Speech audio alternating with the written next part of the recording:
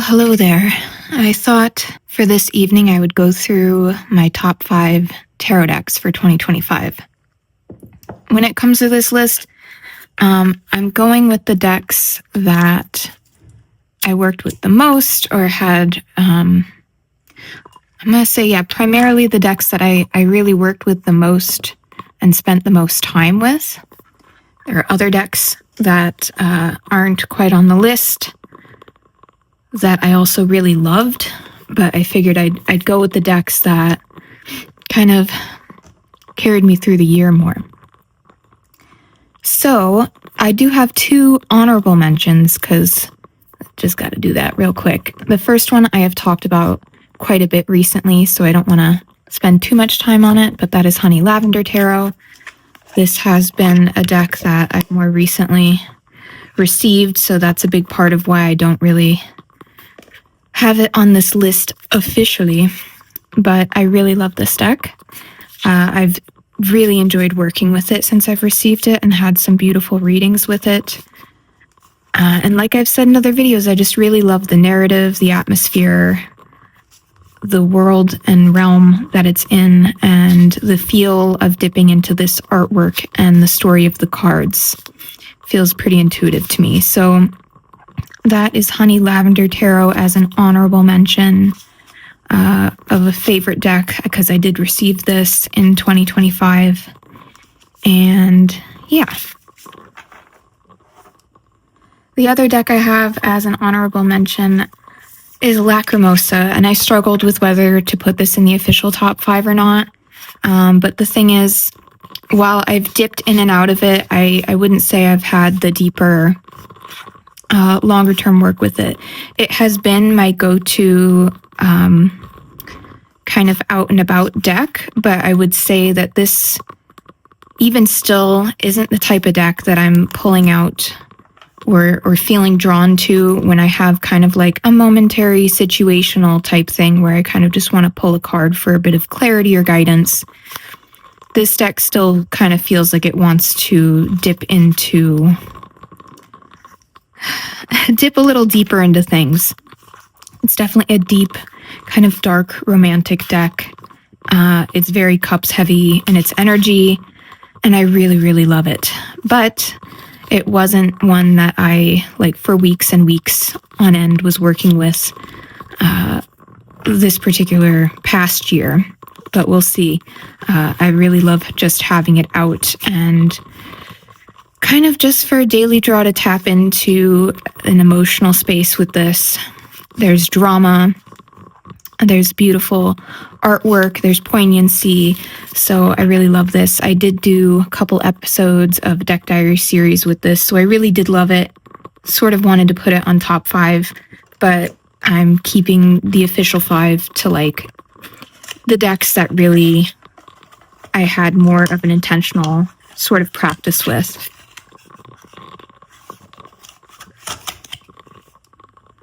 So the order I'm going to go in is, I think, just going to be mostly in order of when I worked with them. And the first deck, which was a carryover in the end of 2024 that I worked with in the beginning of the year and smattered throughout the year, is Tarot of the Sweet Fool. I really don't know that I could even describe this deck in terms of how grateful I am to it in my practice, because when it came to working through grief, oddly, this was the one that resonated. I think because the surreal-ish, photographic, kind of generally ambiguous feeling of this deck really resonated. The lack of people really resonated, because grief felt like it was in a different realm. Then it just made me not want to work with decks with people in it. And this one, and it's sort of like deep wisdom, really carried me through grief in a way that I hope to be able to better articulate. You know, I've mentioned before that there's like a series of videos I want to do around grief, and I'm just waiting for the right time for me to articulate my thoughts around that. because I really don't want it to be rambling mumbo jumbo too much. But I'm just waiting to feel ready to finalize some things in regards to the first video, and I've also decided to rework it a bit. But this is one of the decks. It's the tarot deck, really, that I turned to.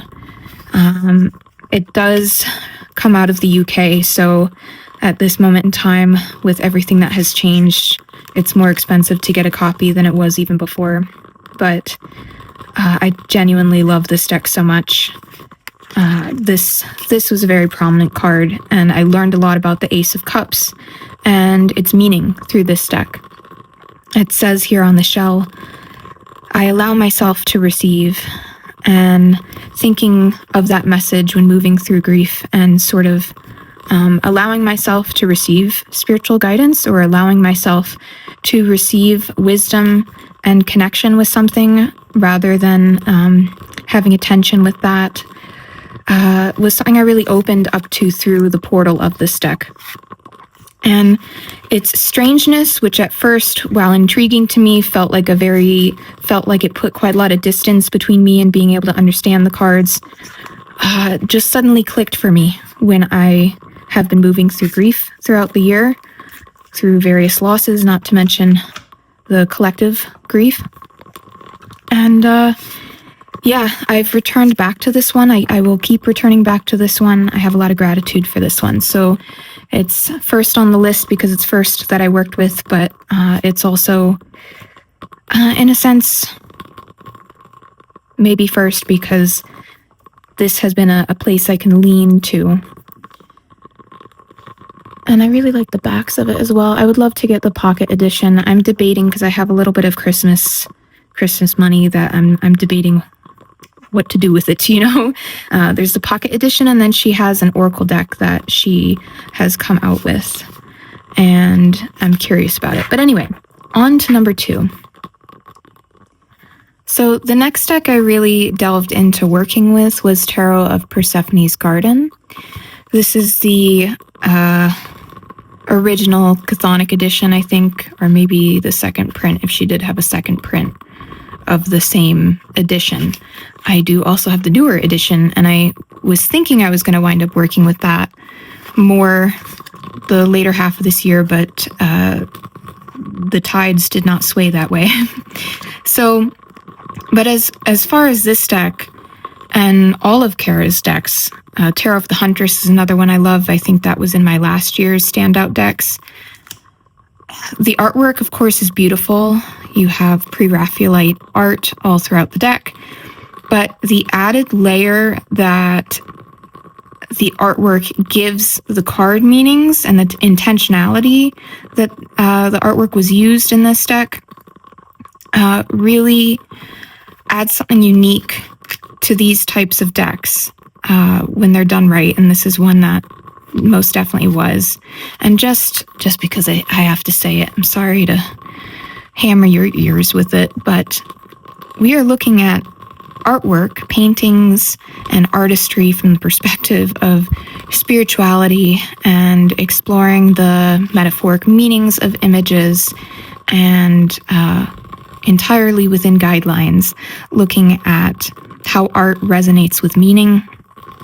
I don't know, whatever else I could say for the automations, but yeah.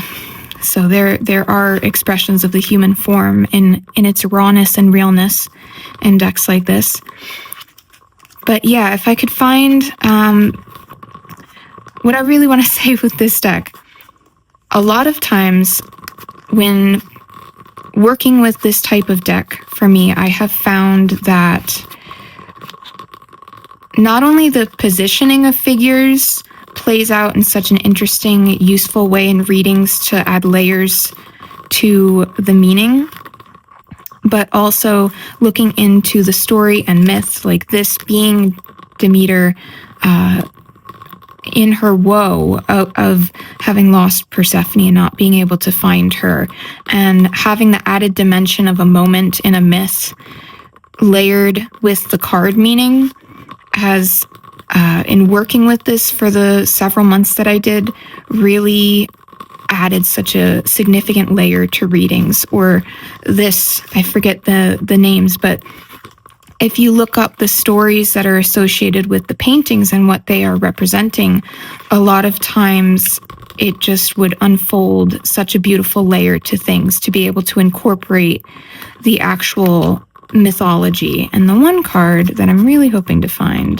this one, Seven of Cups, which is Psyche entering Cupid's garden.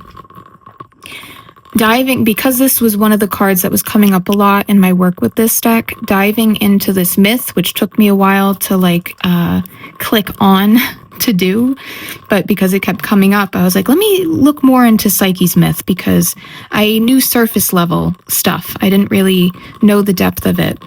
And the journey that she went through and the trials that she faced and the ways that she engaged with those trials was a meaningful layer that really unfolded personal meaning for me.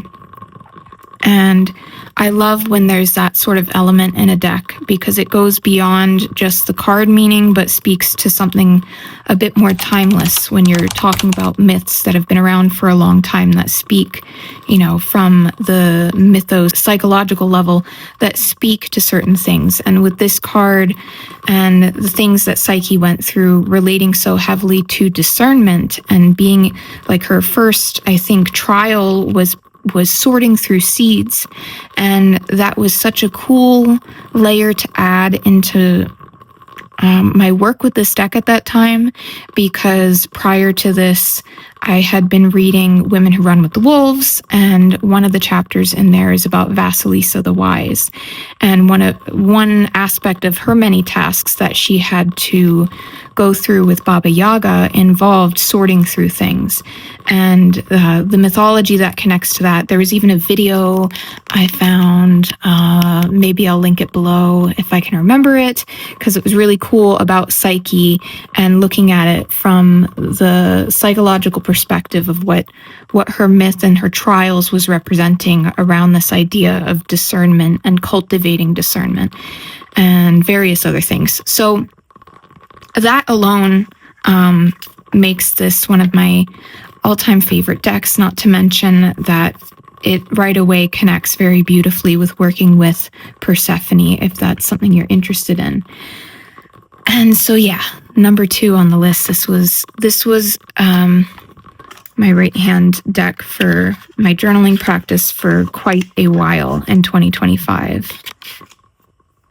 What is this smudge on my cards? Oh my gosh, probably candle wick stuff. The third deck I'm going to mention is Tarot Obscuro, and I debated because of the decks I think on the list. This one's maybe, I did work with this one quite a bit actually for a while, but maybe not to the same degree as the others, because this is quite intense. And it's very strange. And it's definitely the kind of deck where I feel like people either are intrigued or repulsed. I don't know. But this deck for me was an unexpected connection to working with Hades and learning about his mythology and his wisdom and energy. And from a perspective of shadow work, sort of a more, how to put it? This deck is very truth-telling, and as much as it would seem confronting and could even be a little confronting in the readings that I did with it, it was also just very eerily fascinating to sink into these cards, because it's very much the type of deck where flipping through it, and I think I said this in videos where I spoke about it midway through the year, that my initial response when I received it was like, oh no, I'm not gonna be able to resonate and connect with this deck. The artwork is strange, and I'm not sure I quite get a lot of it. So I didn't even shuffle it for the longest time. It was hanging out in limbo, not even put away with other decks, just kind of in limbo until one night I was kind of messing around with testing a spread and decided, all right, well, it's the closest one, let me grab it. And pulled cards and was very surprised at how it resonated and the specificity with which it resonated in the weird strangeness of the artwork. So I guess that goes to say you just never know. I mean, for hermit cards, this is really cool. This is so cool. I also love the effect of whatever she used. I'm not sure. The creator used some sort of like dyeing technique to color the images. That was very interesting and gives it a very interesting stained effect visually. But yeah, there's still, I didn't work with this enough where I feel like I have mastery over all the cards, and it would still confound me in some ways, but in a lot of ways, I was surprised at how this deck actually did manage to resonate with me. And I want to mention it because, as strange as it is, I had some of the most deep readings with this one, but it's in a way that very much I feel aligns with Hades, which is like, wow, my initial impression of him working with that energy, that archetype, however you want to consider it, was pretty intimidated. But once you kind of get past that, very calming kind of presence, stoic, but like emotionally wise, which is why I tend to like King of Cups for him in this particular deck. I really resonate with this image for how I experience that sort of energy from him. But yeah, so unusual one. I'm not sure if this is still in print. I'm really glad I did get it, and I'm really glad I didn't jump to move it along and gave it its shot. But it took probably a couple months before I even shuffled it. So that is number 3. So the next deck that I worked pretty closely with is in a woefully incompetent organza bag. These darn things. I think I have red velvet, so I need to make her a bag, because this has just been, I had it on hand and I needed to do something because I didn't get it with a box. I'm not sure. Anyway, I didn't get it with a box. And the other thing I'm going to mention, this is the Deathly Flowers Tarot. You can order it on Make Playing Cards. And I just want to mention, for anyone getting a gilded deck off Make Playing Cards, it comes to you wrapped in plastic, right? I neglected to pay attention to that when I received it. There was a tackiness to the gilding, and I dove right into shuffling it. And most of this kind of wear that you see on the edge here is from me jumping right in to shuffle it, because I think what happened is that the gilding wasn't really fully set, because once it was out for a few days, it feels very slippy, dry, kind of, But when I first got it, was very excited, wasn't paying attention or minding it. And I think the tackiness meant that it wasn't really set. And so I kind of have some wear that is a little more dramatic than it probably would have been. But I worked with this deck a lot, especially going into summer. Coming out of like Tarot of Persephone's Garden and Obscuro, I needed something that was a little more of an invigorating energy. And this deck to me is the aspect of Persephone that is like that empowered part of her story in a sense, while still maintaining that sort of, bit of a darker aesthetic. But the Empress, look, I really love this deck. I had some really, really neat readings with this one. And I look forward to working with it more. This is the energy I really wanted to tap into more with kind of a Persephone practice, or leaning into that aspect of things. This deck is a little cheeky, but it's also, it's like big cool sister vibes is like what comes to mind for me. I don't know. This is one of the decks in my collection that is it touches on a very specific kind of energy that I really enjoyed working with and got a lot out of working with. And I love the way that this was done in the suits, where the different elements like earth having the pomegranate kind of cascade up top, while water or cups has these, dew damp roses on it. And then for fire, the candles just really resonated. I like this representation of Seven of Cups a lot, coming out of that Seven of Cups energy that was pretty heavy. This Magician, like this deck felt like kind of an invigorating, honest, but like, man, I don't know. How would I describe this?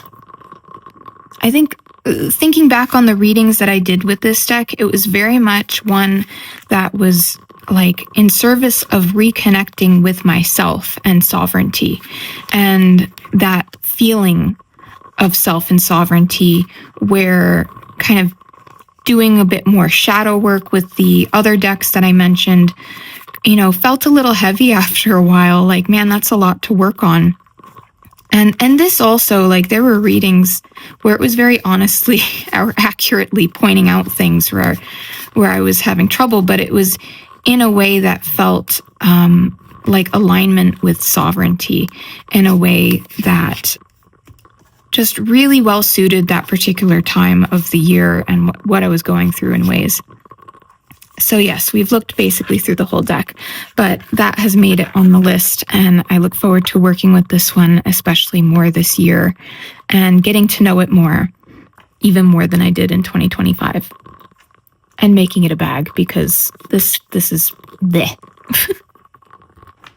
So the last deck I'm dividing into piles, because this one does have the bare female form in a lot of the images, and so I just grabbed a handful of cards that I think should be okay, because I don't want to deal with it and blurring things out.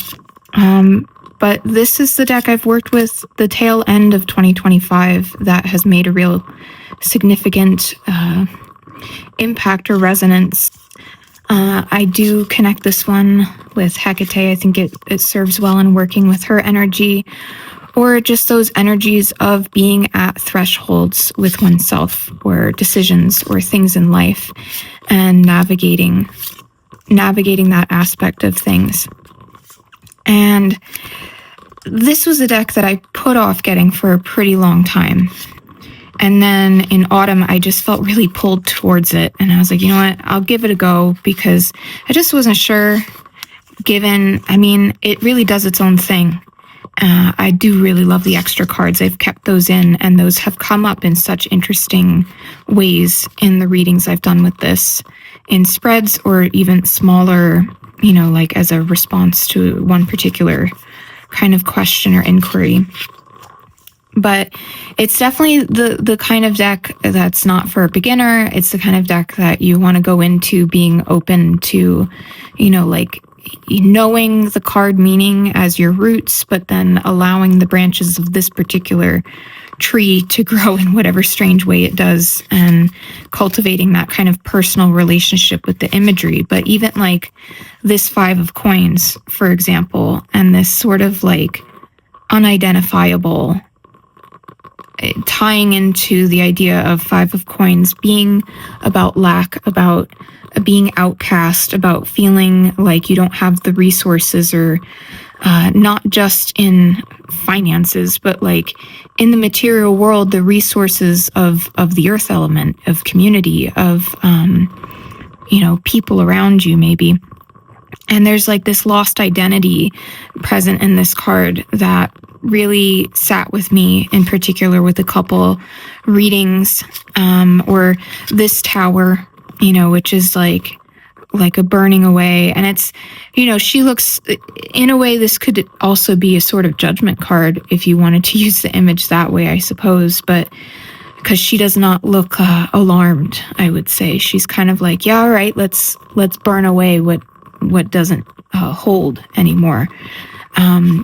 But this image is just so interesting. And so there's some cards in this deck where I'm not quite sure I get them yet, but it's one of those decks where I just have to see how it plays out in readings and actual response to things, and how an image might resonate as it actually gets pulled through in response to something. Because some decks are just like that, and I feel like this past year, I engaged with, between this and Obscuro, I engaged a lot with decks that you don't know until until you're actually, it's like, you don't know how a car drives until you drive it type thing. So this is the last deck I'm putting on the list because I've worked with it for, might be throughout December up until now. This has been a main deck I've worked with, and balancing it out with Honey Lavender has been really good because they sort of are on opposite ends of the spectrum in terms of the effect the art has on you. But this has been a really meaningful deck in my practice, and I'm glad, because I was thinking this was going to be a hit or miss type deck for me. So that is where that one lands. And those are my top 5 tarot decks that I worked with, the ones that stood out, the ones that kind of made the most impact on me or influenced my practice in the most significant ways, or showed me cards in ways that kind of untethered new layers of meaning. And I will be doing the Oracle version of this.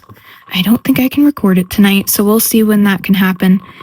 But yeah, I'd love to know what your top 5 were. I'm trying to catch up on some videos and watching other people's top 5s. And if you don't make videos, let me know down in the comments. What were your top 5, the decks that you loved the most, or that had the most impact, or that shifted something in you the most this past year? At any rate, I hope you have a lovely day, evening, or whatever it is by you. I'll catch you in the next one.